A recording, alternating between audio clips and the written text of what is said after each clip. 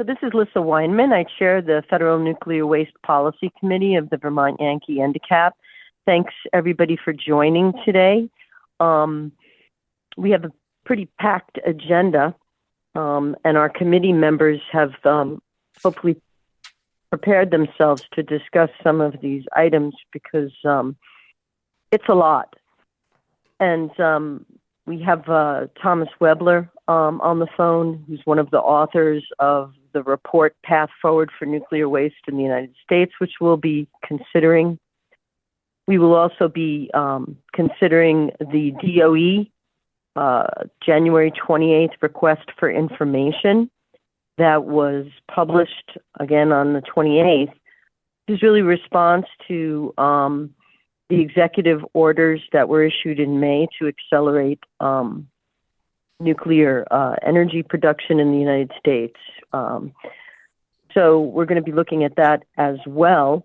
And finally, there's the spent fuel solutions. We had, in our last meeting, we had Dan Stetson from, and people from Southern California Edison who have created this advocacy group for finding a solution for the spent fuel issue in the United States. They are compelled by their clear and present danger of having their casks right on the Pacific Ocean. So they have a very great need as far as they're concerned to get this situation resolved. And they have asked if the Vermont Yankee NDCAP would like to join the group. And I think, we have got the presentation from them, and we had also shared their policy positions, which do closely align with the ones that we have outlined to the DOE in previous advisory opinions. So we'll discuss that as well. And we have a full panel meeting next Monday. Hopefully. So why do you say hopefully? Well, we're a little behind on. I am still waiting for the commissioner to okay the NDCAP annual report. The release of it. So we can talk about that a little bit more. But it's hopefully everything will come together this week. But there's always a chance we may need to postpone. So. Whatever the case may be, we have an upcoming full panel meeting where some of the things that we discussed today will be presented to the full panel and potentially acted upon. So keep that in mind. There might be votes today regarding some of these issues that we discuss. And if the other panel members, the committee members could just identify themselves for members of the public that are on the phone very quickly.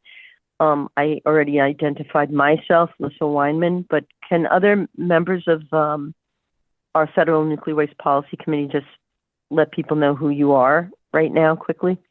I want to start with Corey. And you can unmute. I'm Daniels. I'm the manager for the spent fuel storage installation, and I've been at the Vermont Yankee site through previous ownership now for about 28 years. And I'm the company representative on this meeting and at the NDCAP panels.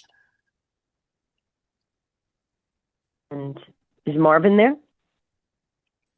He was. Marvin? I'm looking to see. Okay, how about Skylar? Yeah, hi. I think I'm the newest member of NDCAP and of this committee. I'm in Brattleboro. I think I was appointed by the Senate Pro Tem. And do we have Maddie? I'm here, Lissa, and I'm from the town of Vernon, and I'm also on the NDCAP. Great. And Dave Eastman? David Eastman here from Guilford on the NDCAP. I think, is that it? Jim Pinkerton is here as well. Oh, great. Jim, we haven't met yet. Hello.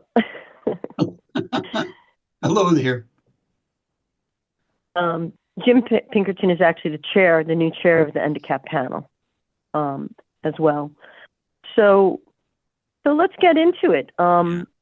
I guess Marvin, is Marvin on the call, or he was, and I don't know. I'm not seeing him here now, so I don't know. Did he run into some technical issues and is trying to get back in? I don't see any indication that he's trying to get back in right now.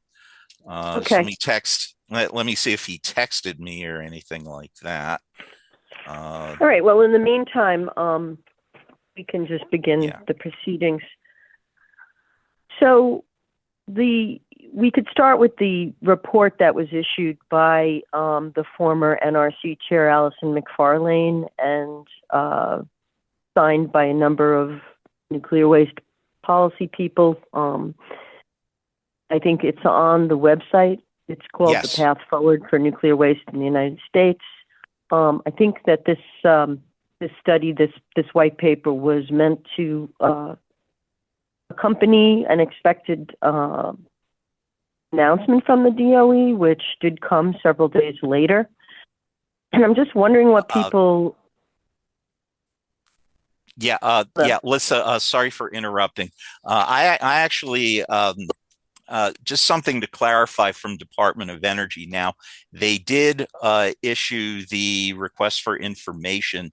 That is not the final report that is that was ordered by Executive Order 14302, reinvigorating the nuclear industrial base report. That report has gone to the White House, and they're still waiting for White House to issue it. So I received an email late this morning from Sarah Hogan at DOE. So what she says is the 240-day report, which is the report in response to EO 14302. But she says the 240-day report and the request for information are two separate initiatives. Regarding DOE's response to the executive orders, a report as requested in EO 14302, reinvigorating the nuclear industrial base, was developed by DOE and sent to the White House in January. It is up to the White House to determine if they want to share that report publicly. The department has, which surprised me. The department has no further comment on delivery or status of the 240-day report. The RFI on nuclear innovation life cycle campuses released last week is seeking to reestablish global leadership in nuclear energy as guided by the executive orders to develop nuclear campuses that support fuel fabrication, enrichment, reprocessing, and disposal of waste. So I don't want to say they're separate but equal, but they are separate efforts, and there's certainly relation between the two, but it's not a very clear relationship right now. I see Skylar has a question. Yeah, I'm not sure I'm understanding here. Is this the same report, that the RFI that's requiring response by April 1st? No, what they are saying is the RFI is separate from the report that was ordered under Executive Order 14302 last year. So that report, the direct response to EO 14302 has been sent to the White House, but we don't know if the White House is going to make that public. Okay. It's a little surprising to me too. So, well, it's part of this. It's part of what's happening, which is things are moving very, very, very quickly. Yes. Yes. So it's very hard to digest and to know actually where we are. Yeah. At least that's the way I'm feeling about a lot of this kind of stuff. But let's just back up. Okay, so we can discuss the request for information that was sent out by DOE as part of whatever it is, a reconfiguring of the agency's approach to nuclear waste management and other issues, since DOE has such an incredibly large portfolio on anything nuclear in the United States. So, but let's talk about what's on the table right now, Okay. which is people's response to the report that we previously referenced, Path Forward for Nuclear Waste in the United States. Yeah. I'm wondering what folks think about it, and if it's something that perhaps we should, as a committee, embrace, advocate for, in terms of an advisory opinion. From my read, it does mirror a lot of what we have discussed in the past, a lot of the conventional wisdom, as reiterated by the Blue Ribbon panel, for instance, years ago, that people tend to reiterate when we talk about this stuff, and some novel aspects that have been triggered, I guess, by research into what other countries are doing who are actually making more progress in some of these areas.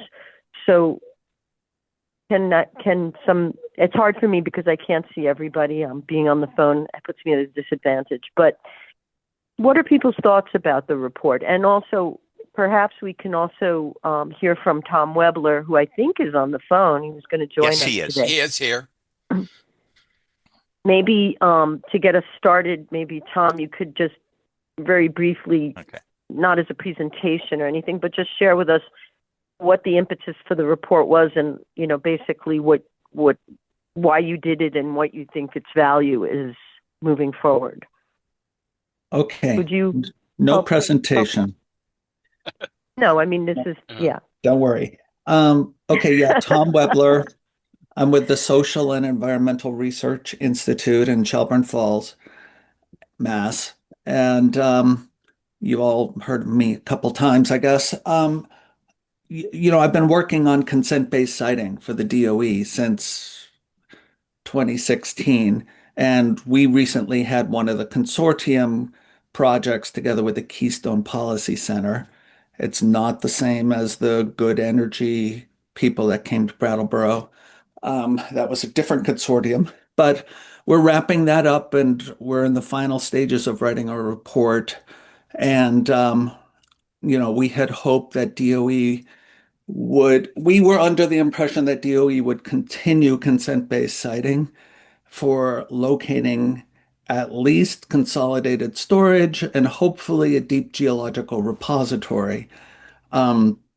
So we had a call with the consent-based siting people the other day, and they only learned about the RFI like on Tuesday before it went out. So they had no idea what was going on, basically. But they obviously they knew something was up, but they didn't know where the government was going. But it appears that the whole process, communities volunteering, is on ice, is indefinitely suspended point. So, and that's kind of where we had been working toward. So that's the consent-based siting stuff. I can tell you more about what I know about the RFI if you want. But so it seems like the consent-based siting is kind of running into a temporary dead end, at least. So why did I get involved with this project with Allison McFarland and Lake Barrett? They approached me. They wanted to write this paper. They wanted some people who thought about different aspects of nuclear waste policy. And there were people from different organizations on there. I'm not sure that everybody put their organization on there, but there was somebody from a tribe, there was somebody from the Heritage Foundation, Nuclear Energy Institute, and different places. Some people didn't sign the report, so I probably shouldn't say their names. But why did I get on it? I got on it because I think we need deep geological repositories. We should be building them now, like other countries are. It's the international consensus that spent nuclear fuel and high-level waste has to go in a deep geological repository. Reprocessing, maybe you could do it. Um, it's expensive. It creates very expensive nuclear fuel. The past reprocessing efforts have created a lot of waste. We're still cleaning up West Valley, and look at other countries. It's it's not a great path forward, but there are a lot of companies out there promising to do great things with reprocessing. I've even heard it said that they say they can eliminate high-level waste by reprocessing. So you won't even need a repository. I don't know anybody in the field who believes that, though. Um, and so the problem is a deep geological repository. Like Lissa said, the Blue Ribbon Commission said advocated to build a repository using consent-based citing and a federal non-DOE, what they call a Fed Corp, a new part of the federal government. Mm. Over time, Allison McFarland came to believe that that would never work because of congressional and presidential interference. And so uh, she became an advocate for what they call New Corp, which is having the nuclear industry basically set up a nonprofit organization that would be responsible for dealing with the waste. Now, it's really complicated. You've got defense waste, you've got waste contracts with the existing power plants, and you've got 94 different alternative designs for reactors out there that haven't been built yet, but which will, if they are built, will produce different kinds of waste. And it's unclear if the DOE will make a unique kind of waste contract with those, will promise to take those wastes or not. If the DOE doesn't promise to take those wastes, of course, the companies that generate that waste would be responsible for managing it according to NRC regulations. So I was struck by the need to move this process forward, and anything that would move it forward, I think, and is a good thing, anything that promotes conversations about how to solve this issue. I put a link into the report. I'd like to draw your attention to page 17 under best practices. There's a little section there. It says tribes, local governments, and states should have the ability to opt out of any time up to the point of license application submission. So that's consent-based. It puts power in the hands of communities. I'm opposed to waste being foisted on communities by force if they don't want it. So communities, tribes, and local governments would be, and states would be able to get out. There's 6 other bullet points there. Funding for local governments and tribes to hire independent experts, the implementer, whoever that is, being committed to an adaptive process, the implementer providing benefits to the host community. If you look at these points, they're what people who wrote this report were kind of our guide star. If you look at the RFI, all these things have become states may decide to do this. Okay, so just look into the language of the details of the language, because it'll be a different world if a state does indeed intend to apply to the RFI. Okay. Tom, just 2 quick questions. I want to make sure I understood where the opt-out is in the process of constructing a deep geologic repository. You went over that, and I was making notes about this, and I'm like, wait a minute, okay, wait, that's a little bit different than what I recall. So I wanted clarification on that point. Well, DOE has never put out a real good process. I designed a process that I'm including in our final report, maybe, although I don't know now, but I might still do it. I think it's a complicated question, Tony, because obviously you can't have the government spending hundreds of millions of dollars investigating a site and you've led them along saying, yes, yes, yes, we want this. Most consent-based citing ideas are stepwise. So communities agree at every step And every step, there's more and more investment in developing the site. So at some point, the decision to consent has to go away, right? And they say, in this report, we say at the license application, but I would also add that it's got to be more strenuous to consent as you get closer to the license application, because you Okay. don't want the government spending hundreds of millions doing EISs and geological investigations just to find that the town council changed and suddenly the town says no. That wouldn't be Okay. reasonable.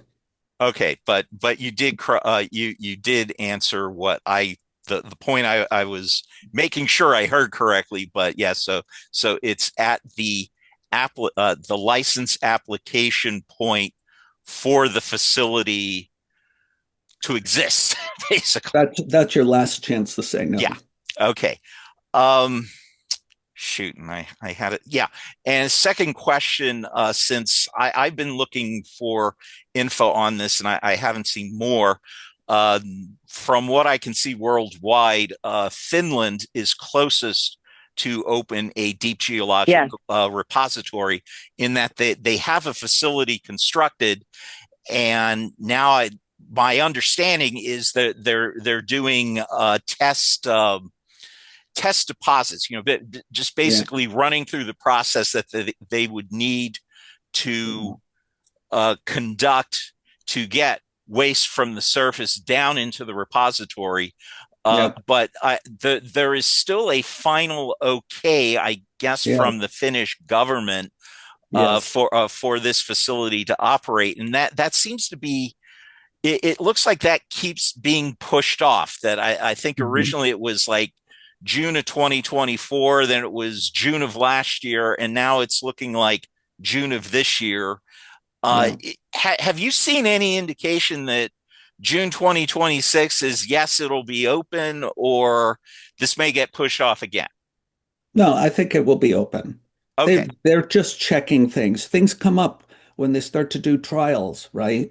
They're like, sure. oh, what about this? What about this? This is going to bump into this, or we didn't think too much about this. We need to go back. And so there's always delays opening. And the Swedes Okay. have started to dig.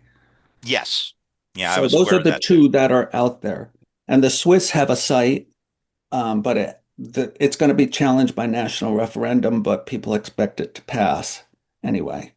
So they bought out the farmer. Found a farmer or another farm, and so they own the site now. Okay. It's not very Hmm. big. I mean, it's just a few acres. Well, Well, they don't have that much waste. yeah, that's true. Yeah, they don't have as much as we do for Yeah. sure.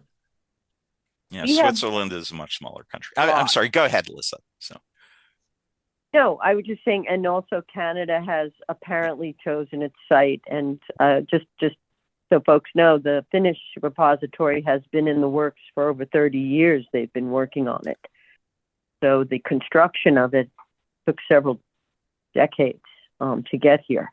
But I guess the one issue that comes up, Tom and others, is what about the spent fuel that's in the casks at sites around the United States right now?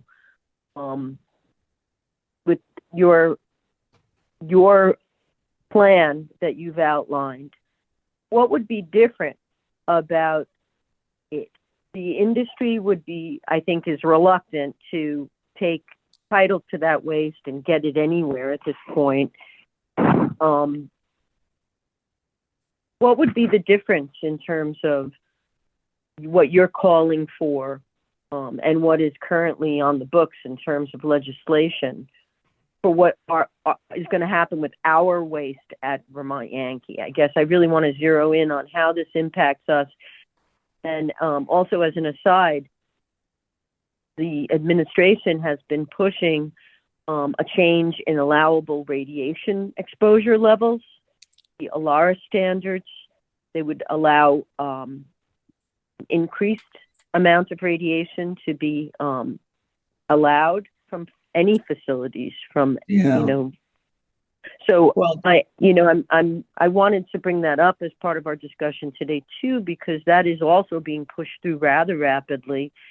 there's been many letters I've seen, and Sierra Club has spoken against it, Union of Concerned Scientists, and others. And I wonder if that is also a place where that our NDCAP might take a stand or an advisory opinion. But if you could, maybe just comment, or if there's other committee members that know more about this, I'm just wondering, so what difference would your plan make in terms of the VY waste?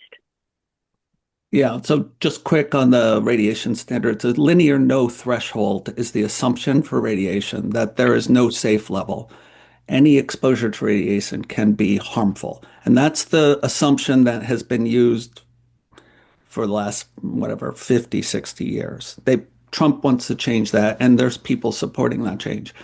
Not me. I attended the NRC's meeting on that. And by the way, after that, people submitted comments to that meeting. NRC has deleted all those comments, and they're going to hold new hearings when they actually announce something in the Federal Register, and you'll have to resubmit your comment if you had submitted it before, because they've deleted them all. And the comment period will be abbreviated. So that's what I know from that. As far as the waste from VY, of course, right now, legally, the only thing that can happen to that waste is it could go to Yucca Mountain. Nobody expects that to happen. Everybody expects that Yucca Mountain is done for. And so we would need a new repository, and some people are pushing boreholes. The order at which waste would go to a repository would be set by DOE. They've said before that they would start with the decommissioned sites. So I assume if they did build one, which would probably take as long as Finland took or more, Vermont would be pretty early in that process. Skylar has his hand up, just so Yeah, you know. and has had it up for a while. So go ahead, Skylar. Oh, that I'm not being impatient here. Thanks, Tom. There was a precautionary, just a brief precautionary about the owners being the making up the board of the new so-called new corp. And then there's this advisory committee. And just before I even really had digested it all, I wanted the advisory committee to be you guys who put this report together. But I think it says that the board would appoint the advisory committee. So what would be, would the advisory committee have any legal authority in the context of this regulatory framework? And is it basically the owners of the reactors themselves who are in charge? So, great question. Just so you know, people I've talked to in the industry say that this will never see the light of day, because I've heard the industry does not want to take responsibility for the nuclear waste. And the industry says they can they have very influential in Congress, let's say. Yeah, sure. So that's from one person I know in the industry. So as far as the advisory committee, that you're putting your finger right on a key thing that we discussed a lot. And I was a strong advocate for putting public advocacies. The original design for this was that original proposal was that the owners would appoint the advisory committee. It's just like, how does that make any sense? You want some independent advising. So the idea of there's a text box in there that says this would be subject to further public discussions, because the committee couldn't agree. I was one of the people who wanted to see much more public oversight. I wanted to see local government on the advisory committee. I wanted to see uh, people like Ed Lyman, or Arjun on it, people who are knowledgeable and skeptical of the industry. Watchdogs, that's who I wanted to see on it. And I would hope that, they would embrace that if it moves forward. But I do kind of think that this whole thing has been preempted by the RFI at this point. And if I could just one other, there's a zillion questions, but I'll just ask one more. National debate is referenced a number of times. Do you have any idea what that actually might look like?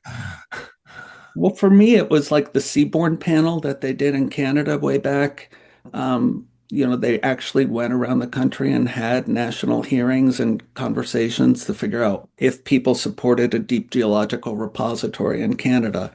And they found that they did for the most part. So, uh, yeah, how do we do a national conversation like that? It's a challenge, but it'll never be perfect for sure. But, there are lots of public participation methods. We could hold a citizens' assembly on this, like the French held a citizens' assembly on Congress on climate change.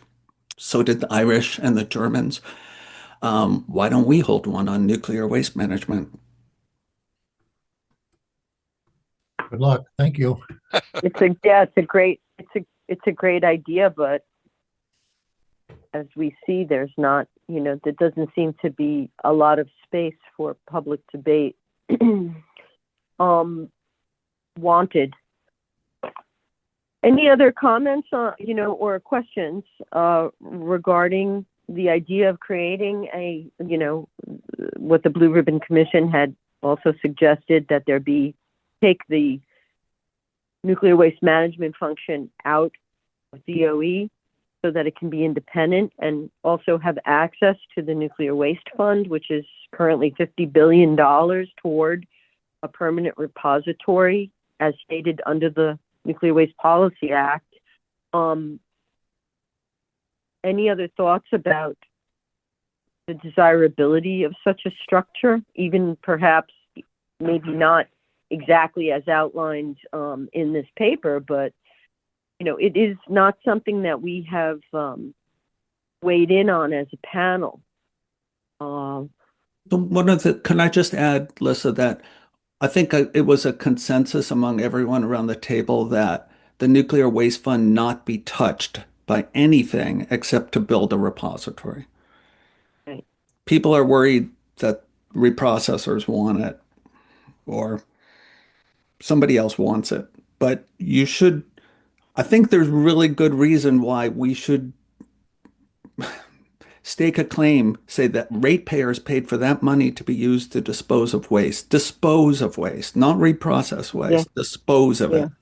And I think I've heard it's going to cost another 50 billion probably. So you don't want to give up the 50 billion you've got. The only person I see with his hand raised right now is Skylar. So I don't know, unless you have something else to add. I'd say Skylar, go ahead. Oh, okay. I this is kind of an aside. Regarding the loosening of radiological exposure standards, there's a growing body of research that perhaps proves that women and children are more vulnerable to radiation than the so-called reference man that the industry uses to justify those exposures, and somehow magically it sounds like they want to increase those allowable exposures.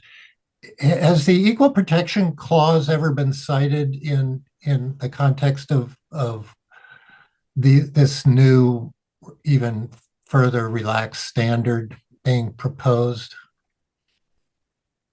No, I don't know. Yeah. Heard of that. Yeah, I can't say I've heard anything like that.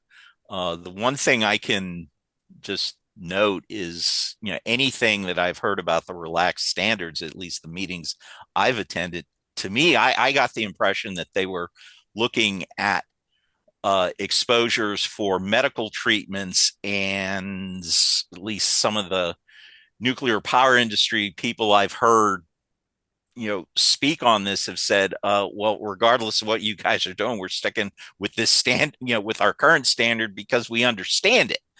But I'm sure we'll hear more about that. We have a couple of hands raised Okay, Dave Eastman, I know your hand is raised, and it Okay. looks like there's one more hand raised, but I'm not seeing who. Oh, wait, they must have put it down. So Dave, Okay. go ahead. So, I mean, as I read through this, it's a little bit like the consent base. It's like it's a lot of work going into this stuff, and I appreciate the work, but there just a skepticism that the country, the politicians, the country have the will to do it. And so, I think there's a lot of good steps in here that I can embrace, like, more independence in terms of waste management. Um, but some of the things that I don't see a whole lot of, and maybe I, was too tired or read it too fast, but you know, I I want to see more science-based evidence for Yeah. decisions that are made, and where that comes in, and I don't think, I mean, I'm skeptical of community. As I said in our consent-based stuff, it's like, even I don't even think we would be able to define a community, let alone have that community consent. Um, and Good point. there's just too many places. I mean, I'd like to see, things more like principle, some key principles. One key principle I've held out in my own personal, whether I can embrace new nuclear power plants or continue to resist them, is that waste is handled.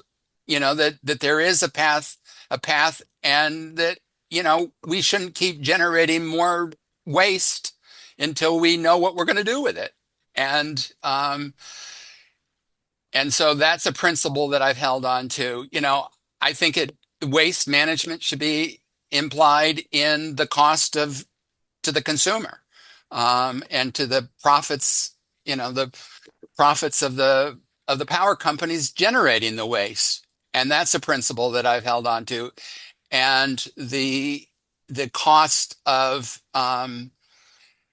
catastrophic problems, has to, when insurance companies are willing to insure the safeties at a ratepayer agreed rate, then I'll believe that they're safe, or safe enough, or safe by my definition of safe. Um, and those are principles that I've thought about for, ever since I got into risk assessment. That when the people that are generating it and are advocating for it are held accountable for it, then Mm, we'll have progress. And that, whether it's this path forward or the RFI, those are the same things that come to mind there. yeah. That and it's the same thing with the consent base or the interim site storage or anything like that. It's hand waving until those principles can be dealt with, or it's just a matter of um, you know money being skimmed off with the idea that sometime, somewhere, somehow we'll solve this. And we haven't for decades and decades. Um, and, even to say that Finland or reprocessing, as I've heard it, those are a whole different, I mean, we're orders of magnitude beyond Finland, if I'm not mistaken. I can't quote numbers, but that's the impression that I've got. And I see Tom nodding his head. Yeah. So to Yeah. think that we can do it the same as they did, I've already heard, things since getting back on the NDCAP that, it would take to just deal with the waste we have now would take more than, one Yucca Mountain. And so, Yeah. those are the principles that personally I make my decision on, because I'm not a nuclear expert. I can't judge the safety of it. I can't judge, in a personal sense. I'm not going to do the math to, or get into a discussion about, whether it's, what kind of low dose extrapolations you do. I couldn't even, come to a conclusion in my own mind when we're talking about carcinogens, chemical carcinogens, which I spent a whole lifetime studying, what to do with low dose extrapolations. Mm-hmm. So, that's my 5 cents worth. I guess that was a quarter's worth, maybe, Rand. Well, that's, do you just think that there's a role for our committee to play in terms of weighing in? I did reach out to Dan Stetson and heard from him this morning, and he forwarded me a couple of articles. He said that Representative Levin, who co-chairs the and Fuel Solutions Task Force, which, advisedly in the House has not really done much, but he's actually has embraced some of these principles, particularly for there to be an independent waste management authority of some sort. So I think we could. I think we could go as far. I'm comfortable with it. I think that an independent is better than DOE. What exactly that looks like and how it's. We're in a state where even the, what I think of as fairly good regulatory agencies are being, demolished and decimated of scientific, folks. And so, I don't even know how to judge how to manage, even there was a time when I thought, we could talk about good regulatory oversight, but, more and more we're seeing the science behind that regulatory, dismissed, ignored, or totally gutted. And well, let's move the discussion a okay. little more into the request for information that DOE did share, because I would assume that they're going to be doing a real push in terms of the individual states to try to get some activity. But, having read through this a couple times, it's sort of just like a laundry list. It doesn't really seem to me to provide any real incentives to states. It's just saying we want the states to take more of a role managing these processes. I don't know what that means for Vermont. These are all questions for DOE, but does anybody have any feedback on their reading of what DOE has so far shared? And I certainly would hope, and maybe this is another thing our committee can actually do something about, which is to strongly request that the DOE share publicly what they've shared with the White House, or at least know when we're going to be privy to that feedback. It seems to me that, we've been waiting for some kind of response, and we're really not, the request for information really isn't what we've been waiting for. But how do other committee members feel? And whoever's on the call, really, we can just... Yeah, Alyssa, I just want to tell you, Jim Hamilton joined the call. Yeah. Hi, Jim. How are you? And also Marvin has gotten in, so he's here as well, too. Oh, good. Hi, Marvin. Jim, go ahead. You're muted, Jim.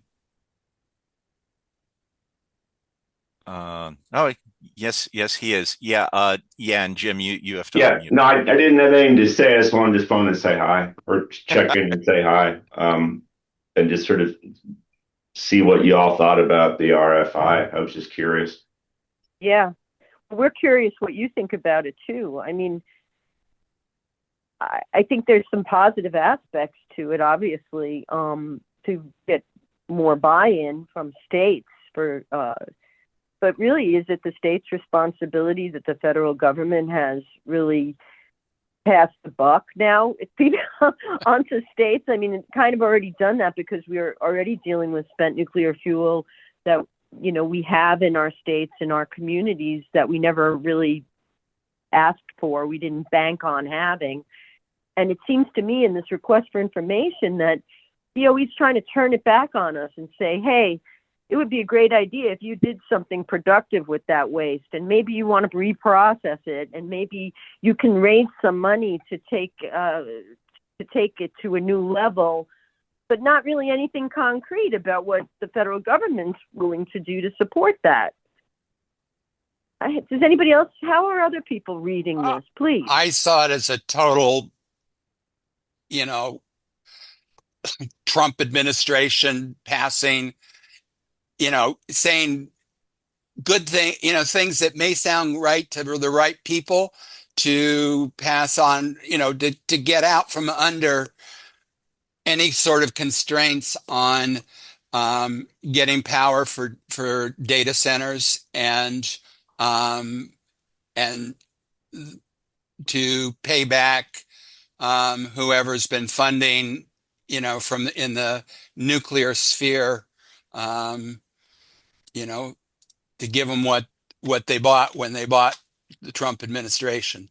And I did notice all the number of times that May was used. I didn't do it, but I was actually thinking about doing a word count on May, because May, whenever you say May, there's always a may not.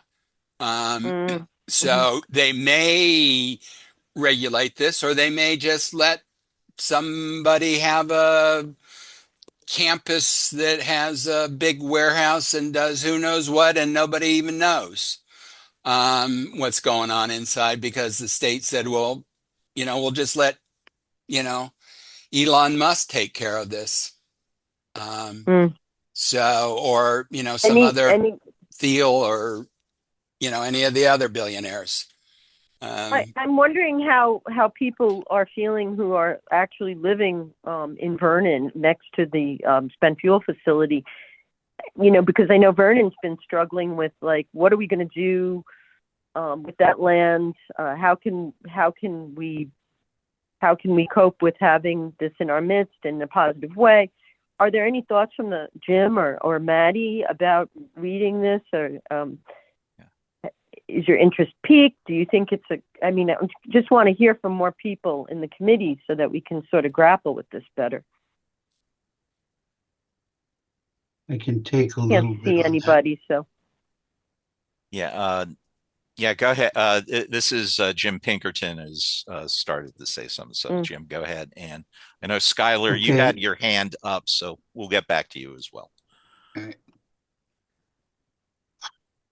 Dealing with it from a perspective of Vermont, we have a tendency to look around the world and see what other people are doing, and what success there has been in the world.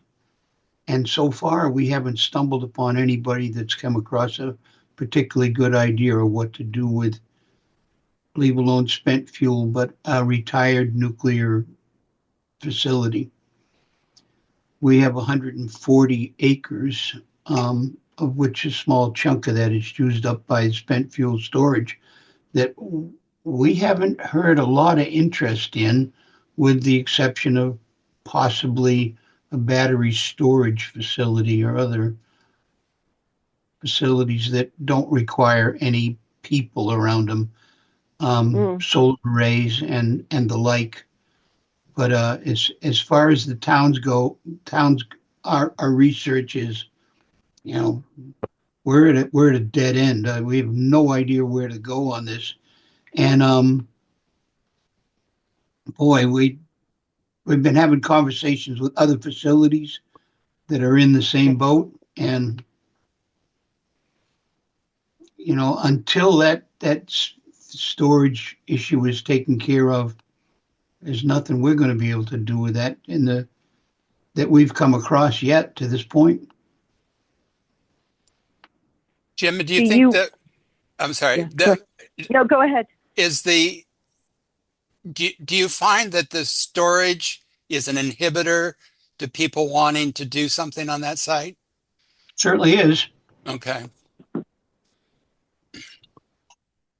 Would reprocessing Oh, this is a question I had. Sure. Would it when they talk about reprocessing, and of course we've dealt with this, and we have video archives of people, both pro and con, on reprocessing. When I mentioned it to DOE at a conference a couple of years ago, they literally laughed, and the people from the spent fuel office laughed and said, "Oh, every few years reprocessing rears its head, and then people actually start looking to how much it's going to cost, and it just dies."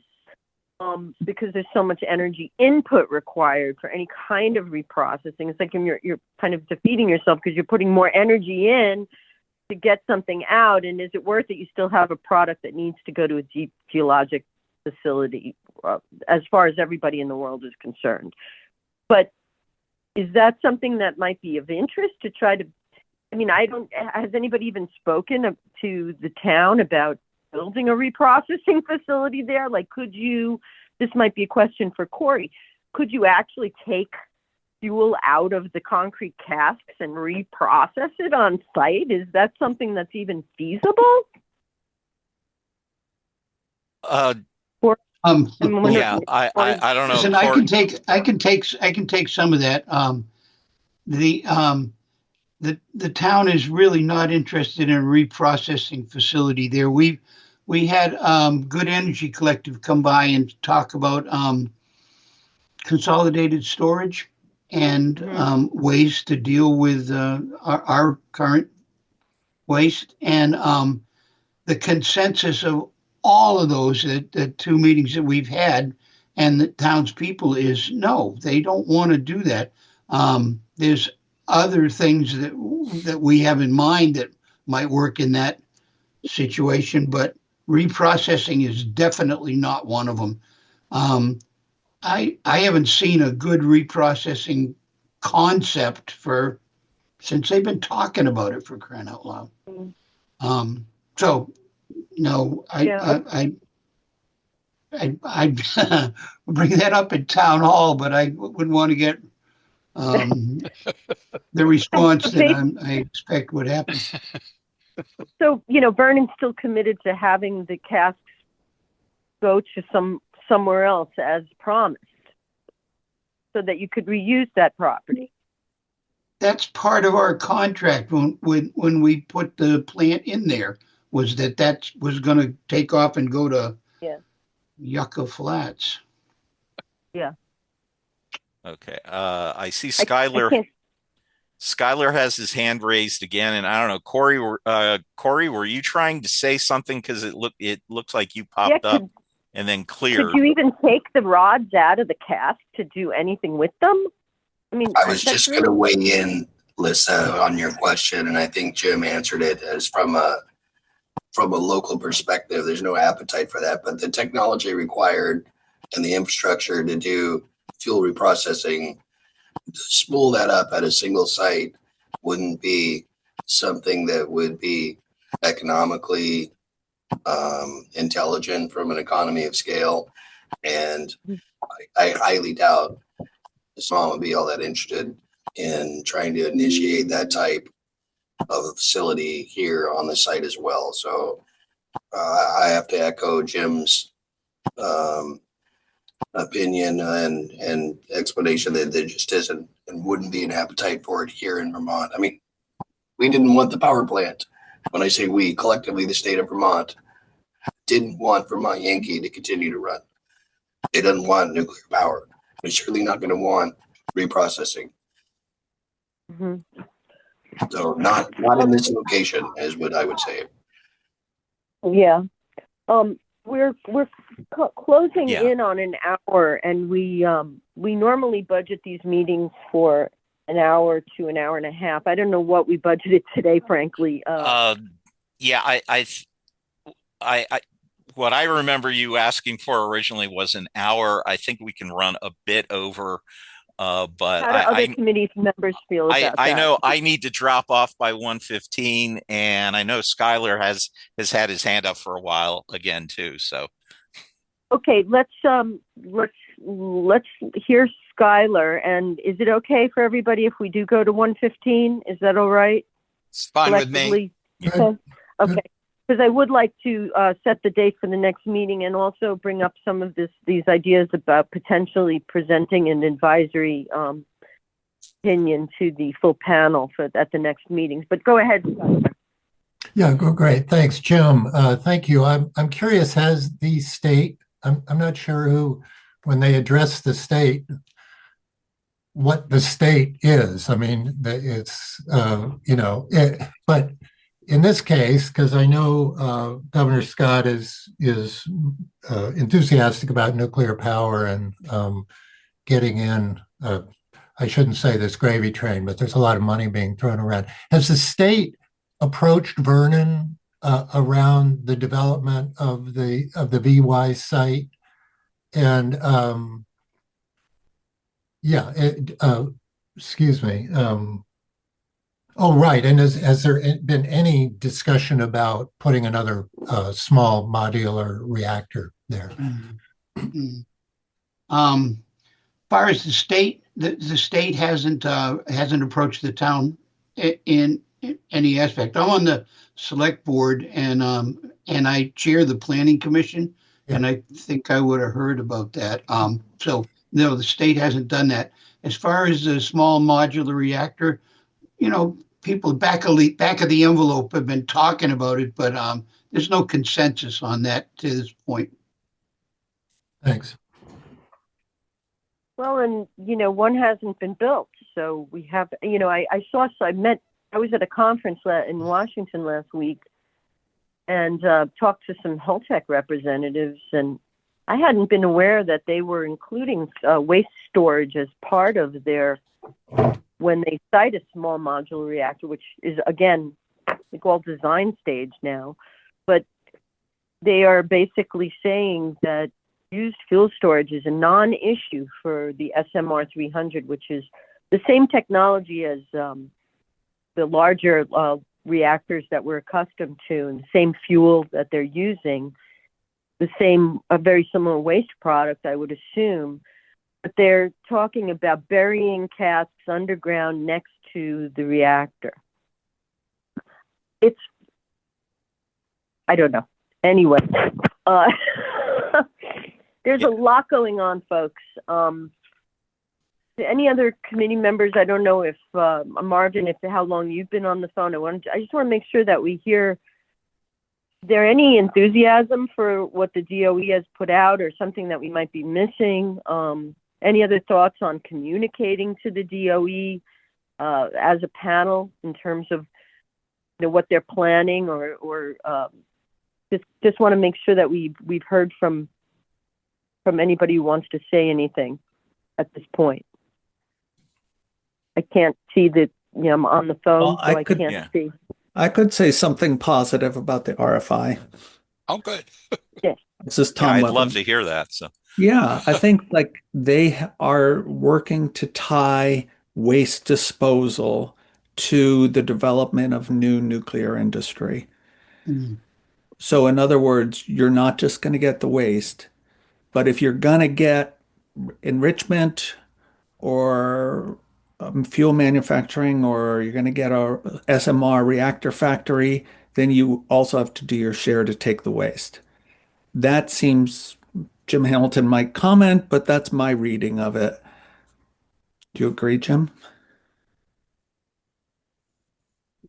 Yeah, I think that's a possibility. I think the previous person on the call said that there are a lot of mays and shoulds in this RFI. So I think the devil's going to be in the details. and there are a lot of details floating around out there. Having been asked last year to look at the various SMR designs and get a picture of what all is being proposed out there, I thought I had been tracking it some, not as part of my job, but just general interest in the industry. And when I started to drill into that more to satisfy that request, I was surprised, well, genuinely surprised that there were something on par of 60 plus different reactor designs being proposed out there. I've later heard that that number is now well over 80. There seems to be more coming as well. So there's a lot of enthusiasm for it. There is some groundbreaking going on. Darlington site, there are some SMRs being constructed there now. That's up in Canada. There are some prototypes. Kemmerer, Wyoming. There is groundbreaking there for whichever SMR Bill Gates is interested in. There are other proposals around Oak Ridge National Laboratory in Oak Ridge, Tennessee, that there's active construction on now. But that's maybe like, 1 or 2, or maybe at most 5% of what has been proposed out there within like the past 2.5, 3 years. So yeah. And Holtec's restarting the shuttered Palisades plant, and that's where they're planning to put 2 small SMR 300s. Let's go back now to just what we as a committee want to discuss with the full panel. Yeah. Is there anything from this discussion today that we? Yeah. I'm sorry, Lisa, for interrupting. Skylar's been trying to get my attention. So before we get to the next step, Skylar, I assume you have something to add with what we just finished discussing. Well, actually, just Lisa's mentioning what does this committee and what does the panel, what can we do with this pile? And I was, Lisa had referenced it in the beginning about the loosening of radiological standards, which seems a fairly discrete notion that is very alarming to me. And I would like to propose, I don't know how one does this, that the panel as a whole address this issue, that we review this and possibly take a stand on it. Issue an advisory opinion. Is that the correct idea? Yes. Well, it is something that would impact us as a community, because it would impact, the levels of allowable radiation that might be emitted by the spent fuel facility in the future, and I guess, safety standards around that. I know it's affecting workers in the weapons manufacturer. They're, talking about at least anywhere from 5 to 100 times more allowable radiation at Los Alamos and other things that I've been following. So, and all of this is in play right now. So in a sense, it would be something that made sense, because there is a federal register that's going to be published about changing the standard. I sent Tony a letter that was signed by Sierra Club and 30 or 40 other organizations, large organizations, regarding those radiation to keep the ALARA standards as they are. So it might not be something that we can, or maybe it is something that we could vote on today. Just, would committee members like to potentially send an opinion back to the full panel from our committee regarding whether or not we support the lowering of those radiation standards or support them staying where they are? People feel like they have opinions about that they would like to weigh in on. I mean, I do. I think that the standard should be maintained. And in fact, there was an article I can share with people today from a former DOE person who's very much in favor of nuclear energy, Kathy Huff, in Scientific American, just published a few days ago with the headline, loosening radiation exposure won't speed up nuclear energy production. Right. And I've seen various articles that are coming out about this, and I for one would second a motion proposed by Schuyler to potentially weigh in on that piece of things. How do others feel? Okay. Marvin has had his hand raised for a few moments, so Marvin, go ahead. Marvin, you're muted. Or actually, that's strange. It says you're unmuted, but we can't hear you. Turn up your volume. Yeah, your computer might be on mute. You might have a Still- different microphone selected, Marvin. If you go to your settings, you might be able to switch to the microphone you want to use. Yeah, we're still not hearing you. Can Marvin maybe write something in the chat box? Is that?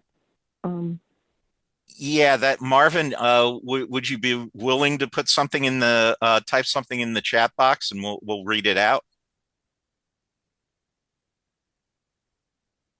I'm sorry. I know it's okay. Yeah, Yeah. I mean, this is one reason maybe we should all get on the phone earlier to check our system more, because it has been a problem today, and this is such an important discussion.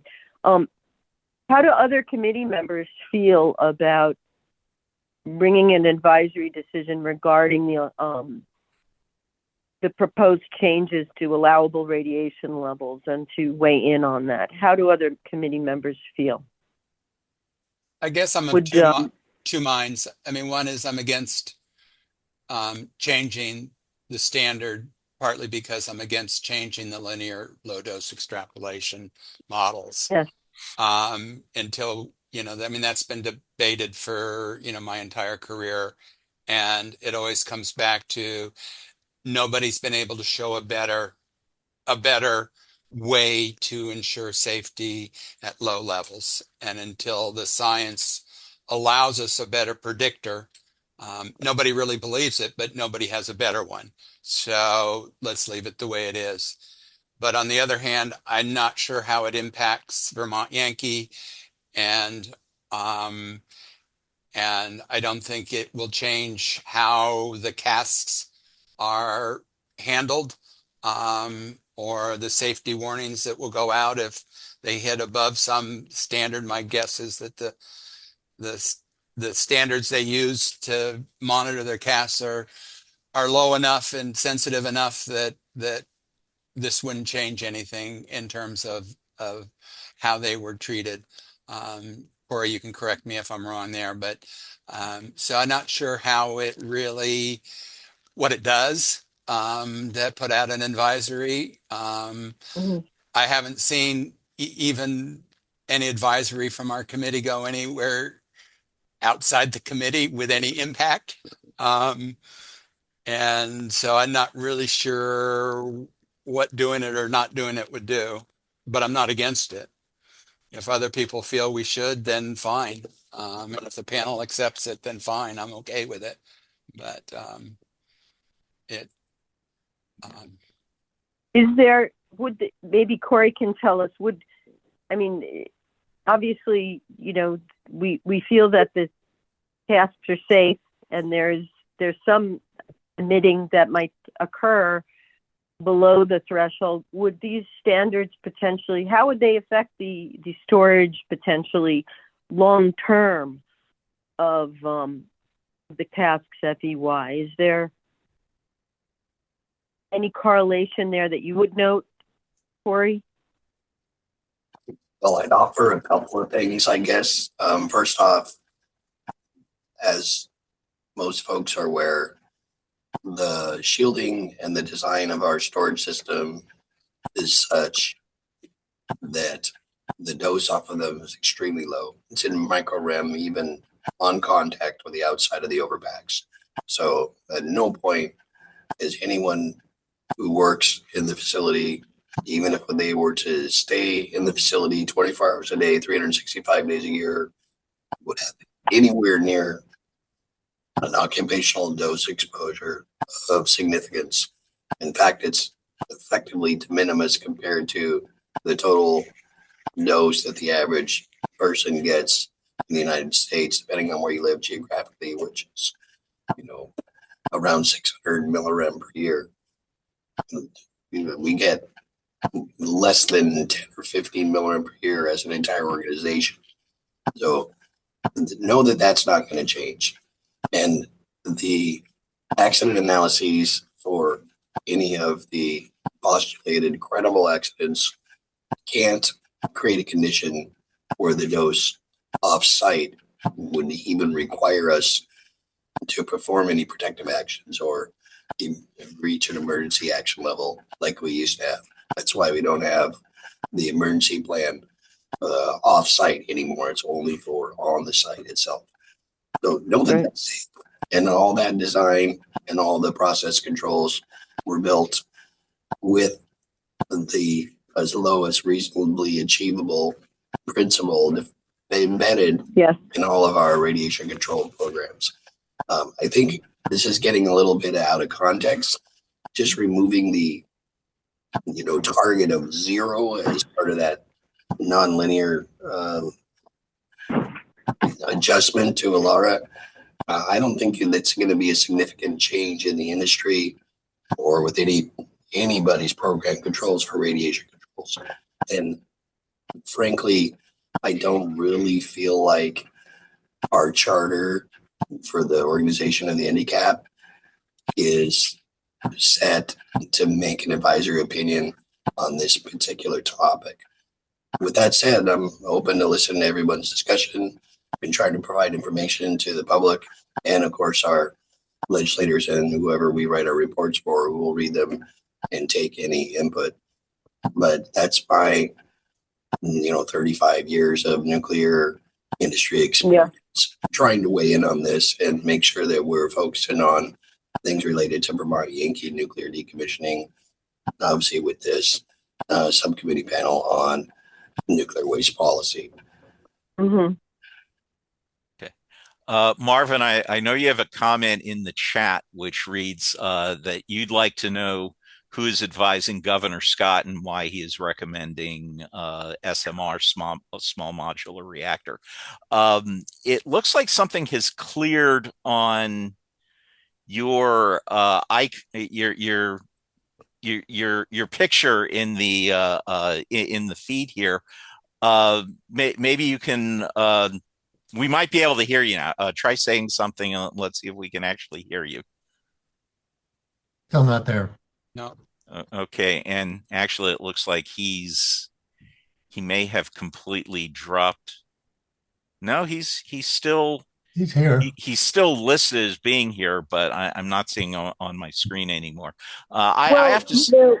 Go ahead, Tony, and then we need to wrap up and set a date for the next meeting and also topic. And I think there might be a lot of suggestions regarding topic. But thank you, Corey, for that feedback as well.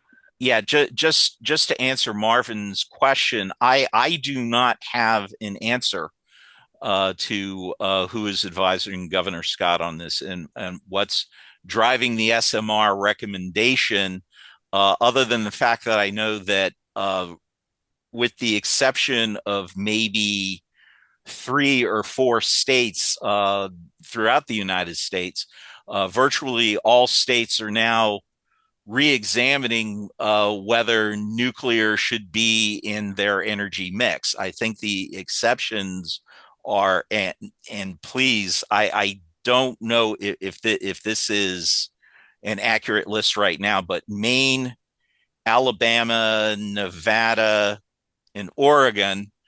Vermont used to be on that list, but with Governor Scott's recent statements, I would say that no, we're not on that list anymore. And California is often noted as being on the list of not looking at nuclear, yet they have been pushing to extend the operation of Diablo Canyon, which is their only current operating nuclear power facility right now, granted, they don't appear to be looking at any new nuclear facilities, but they're trying to keep what they have. So that, give or take, is that support? I think that's up for everyone to decide for themselves. Mhm. I'm not quite sure what that means right now myself. No. Okay, and wait, we have one other. Okay, and there's a couple of notes here from Thomas Webler. But yeah, you might want to add that NRC, EPA, and DOE should keep their regulations consistent with the International Atomic Energy Agency position, and that the NEA position, which is that, I always forget the linear threshold assumption is fundamental to regulations, although it cannot be proven. It is the best assumption to protect workers and the public. Okay, and interesting. This is the first I'm hearing this. He also notes DOE today removed advanced reactors from NEPA review. And he has a link to that. That's literally, Thomas, that's Wow. That's the first I'm seeing that. So. Yeah. Well, like I said when we started this call, I mean, as a citizens group of volunteers, very, very difficult for us to keep up. Yeah. With the pace of what's being thrust upon us. And I mean, I think just if the rest of the world's using the standard and it's been working and it's not really affecting how the industry is going, it's not going to affect anything, why are we doing it? And I guess that's the big question. Yeah. But point taken, it might not be something that we necessarily can, issue an advisory opinion about. But I'm just wondering, now that we're facing all this change, maybe we should be using our advisory opinion and using the panel to weigh in on some of these issues more than we have in the past. Just a thought. And maybe, if there's suggestions from the committee members or members of the public about how we should be characterizing our conversation today to the full panel, I'd really like to get that feedback.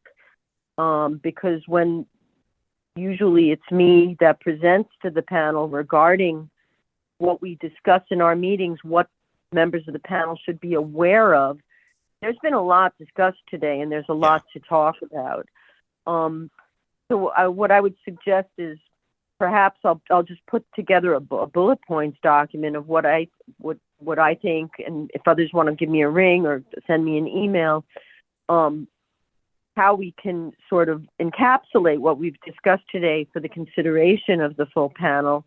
I can commit to doing that within the next few days and share it with folks, so that we can be as one when we talk to the rest of the panel about these issues.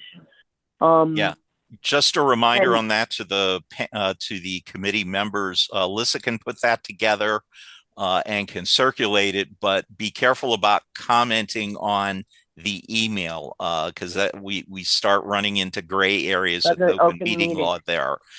So, Alyssa, yes, if you want to put, I for one would think that would be great to put together, which helps me summarize everything when we get back to the annual report for now 2026.